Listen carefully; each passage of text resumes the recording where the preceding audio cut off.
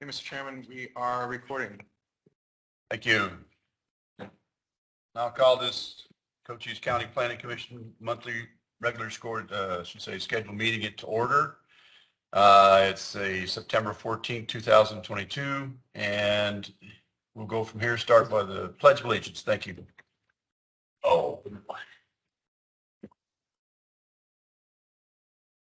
I pledge allegiance to the flag of the United States of America. One nation, under God, indivisible, with liberty and justice for all. Yeah, I got lost. I did. I got lost. Goodness gracious. Thank you very much. I appreciate that. We'll start with today's roll call. I'll start with District 1, Mr. Pugh.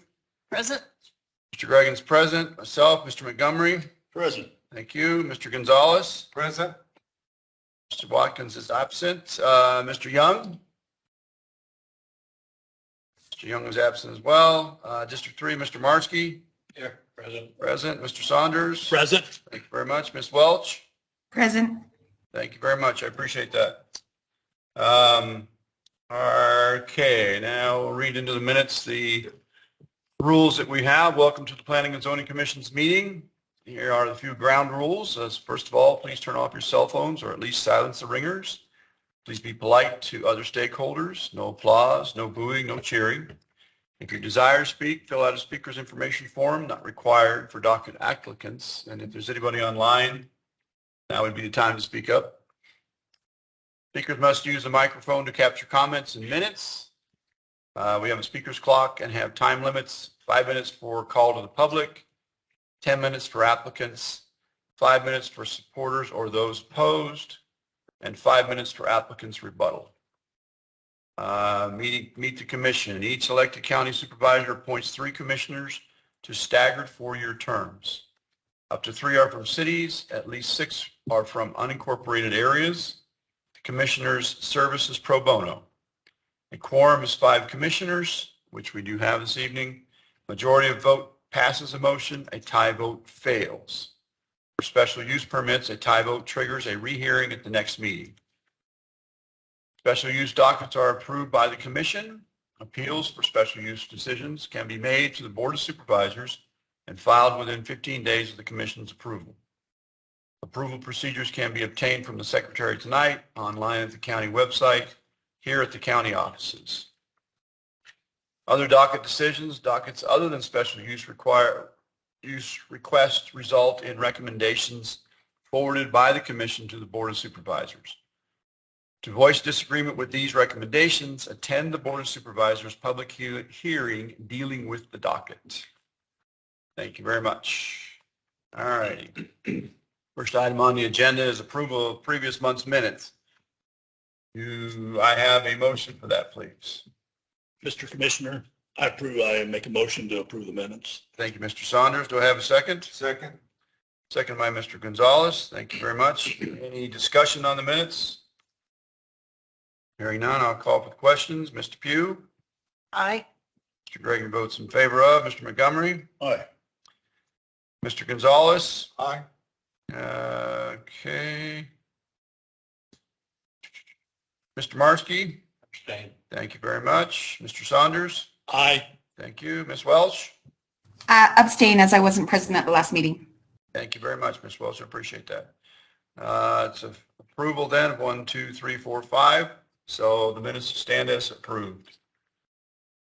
Next item on the agenda is a call to the public pursuant to ARS 38-431.01H.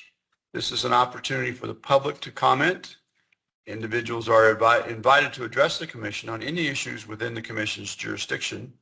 Since commissioners may not discuss items that are specifically identified on the agenda, commission action taken as a result of public comment will be limited to directing staff to study the matter, responding to any criticism or scheduling the matter for further consideration and decision at a later date. Is there anybody online that is interested in speaking as called to the public? Hearing none, nobody's in the room with us, so we'll move along. First item on the public hearing is docket Let's see. Docket R2215, 10 Pond is the name. Applicant is requesting a rezoning from an R36 residential one dwelling per 36,000 square feet to light industrial.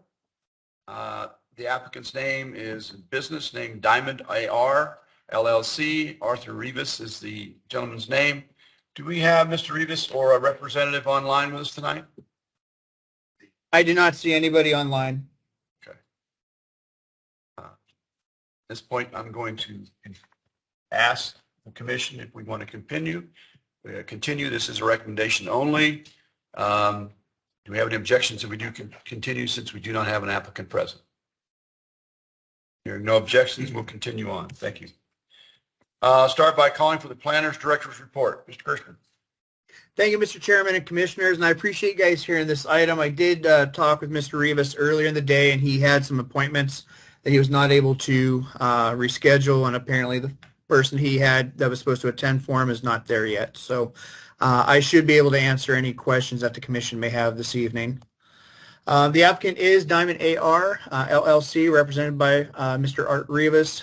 They do own multiple properties already in the area that are developed that have different types of contractors and other office type uses. So they're not new to this area. The location is on 10 Pond Place, north of Little Michigan, near Sierra Vista. Parcel number is 107-23030B. Parcel size approximately 0.85 acres, and it is currently zoned as R36, which is residential, one dwelling per 36,000 square feet. The proposed zoning is light industry.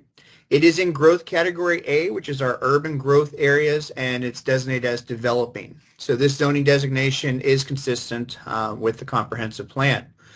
There are no area plans in the area. It is currently vacant, and the proposed use, Mr. Rivas is planning on selling the property, and the potential buyer is going to do some type of product distribution on the site. So this is the aerial photograph of the site. So you can see the office buildings I referred to directly south of this site. Across the street is vacant. A little further south there is a tow yard over there. To the north there is a block company. So this request is compatible with the surrounding uses in the area. The land area, as I mentioned in my staff report, to the north and west, county and city have been in discussions with that person, and they do have some plans to develop that and probably change that zoning designation at some point in time in the future to either some type of commercial or maybe a mix of commercial, industrial, and even residential uses there. So this is the zoning layer. The pink is the industry.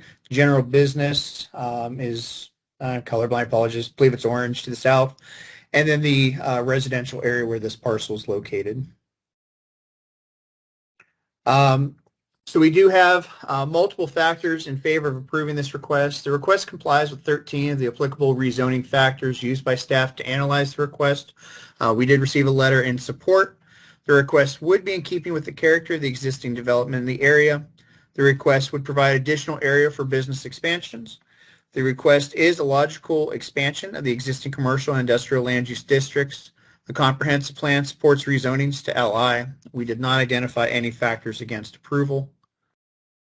Here are some photographs of the area. The top left is looking back onto the site. The left bottom photo is the street, the 10 Pond Place. That's looking to the south. Top right is the tow yard across the street. And then, of course, the bottom is the site where our sign was posted. With that, I'd be happy to answer any questions that the Commission may have. Thank you, Mr. Kirschman. I appreciate that. Do you have any questions for staff? Hearing none, since we don't have an applicant here for a statement, we're going to pass through that and declare the public hearing open. I call for comments from other persons, either in favor or against. Do we have anybody online? We do not. Thank you. Call for the applicant's rebuttal. Again, since we have nobody commenting and the applicant's not here, we'll proceed past that and declare the public hearing closed. Call for commission discussion. Do we have any discussion on this item? Ms. Welch? No. Okay, well, you're the only person I can't see, so I have to ask, so. At that point, I'll call for the planning director's summary and recommendation. Thank you. Mr. Kirschman. Thank you, Mr. Chairman. Staff does recommend a conditional approval. As we mentioned at the last meeting, we're not listing all of our standard conditions. That will be in the letter that's sent to the applicant. But since this place does not currently have legal access based on our initial research, they would have to obtain and provide legal access to the property. And once that has been done, they'll be required to extend 10 Pond Place, the hard surface, to the end of their parcel. That would also include a commercial driveway. With that, there is a sample motion on the screen for the commission this evening. Thank you, Mr. Kirschman. I appreciate that. At this point, I'll call for a motion. Chair, Mr. Martsky. I move that we recommend approval to the Board of Supervisors for rezoning of RZ 22-15 10 Pond located on parcel 107-23-030 Bravo. With the conditional approval recommended by staff, factors in favor of approval constitute findings of fact. Thank you, Mr. Martsky. Do I have a second? Yes, I'll second that motion. Thank you, Mr. Montgomery. And at this point, are there any further discussions on this motion? Hearing none, call for the question. Mr. Pugh? Aye. Mr. Gregg votes aye. Mr. Montgomery? Aye. Mr. Gonzalez? Aye. Mr. Martsky? Aye. Mr. Saunders? Aye. Ms. Welch? Ms. Welch? Aye. Sorry, I had the wrong mute. That's fine. Thank you. The motion has a recommendation of unanimous. This item will be forwarded to the Board of Supervisors with a recommendation of approval. Any person not agreeing with this should attend the Board of Supervisors meeting dealing with this docket. All right. Next item on the agenda is docket R 22-02. It's a staff-initiated amendment to the Cochise County Regulations, Article 2 definitions. Mr. Kirschman, this is yours, correct? That is correct. Thank you, sir. At this So point, thank you, I Mr. will- Chairman and commissioners. I did not put together a PowerPoint presentation for this evening. What we have is a very simple request of the commission this evening. We have two items that are located within the definition section, Article 2 of the zoning regs. One of them is the home occupation permit. And so instead of it just containing a definition, it also provides the regulations that we use to basically what we require for the home occupations, which is inappropriate to have in the definition section. So all we're requesting is to have that section pulled out and put into a new section of the code. Because it was in definitions, it didn't have things like purpose and applicability, so those two were added to the code. But other than that, there's no changes made to the regulations. The other section that we are looking is site area minimum. So we have a table in there that talks about, Scrivener's errors and surveyors and allowing, lots to be slightly smaller based on a scale that was put together quite some time ago. And then it also talks about easements that can be used in the calculation for minimum site area. Again, that's not a definition. That's more standards. So we went ahead and are recommending pulling those out and putting them into Section 1802. Again, no new language. It's just pulling it out and putting it into the code. With that, that concludes my presentation. I'll be happy to answer any questions that the commission may have. Thank you, Mr. Kirkman. Do we have any questions for Mr. Kirschman? Ms. Welch? I do not have any. Thank you very much. This pace, with that play, I should say at this point, I'll declare the public hearing open. I'll call for comments from other persons. And I'll call for the applicant's rebuttal. I'm assuming, Mr. Kirschman, since there is no objections here, we'll move past this, correct? Sounds good? Yep. Thank you. Declare the public hearing closed. I'll call for commission discussion. Do we have any questions that we'd like answered? Hearing none, I will call for the planning director's summary and recommendation. Sir. Thank you for that. We do recommend approval of this request, and I believe I'm sharing my screen so that you have a sample motion on it. That is if you're young and you can still see that far. Part of the plan. Yeah. Give me a little bit bigger there, boss. I appreciate that. At this point, I'll call for the, there we go. Fantastic. At this point, I'll call for the motion.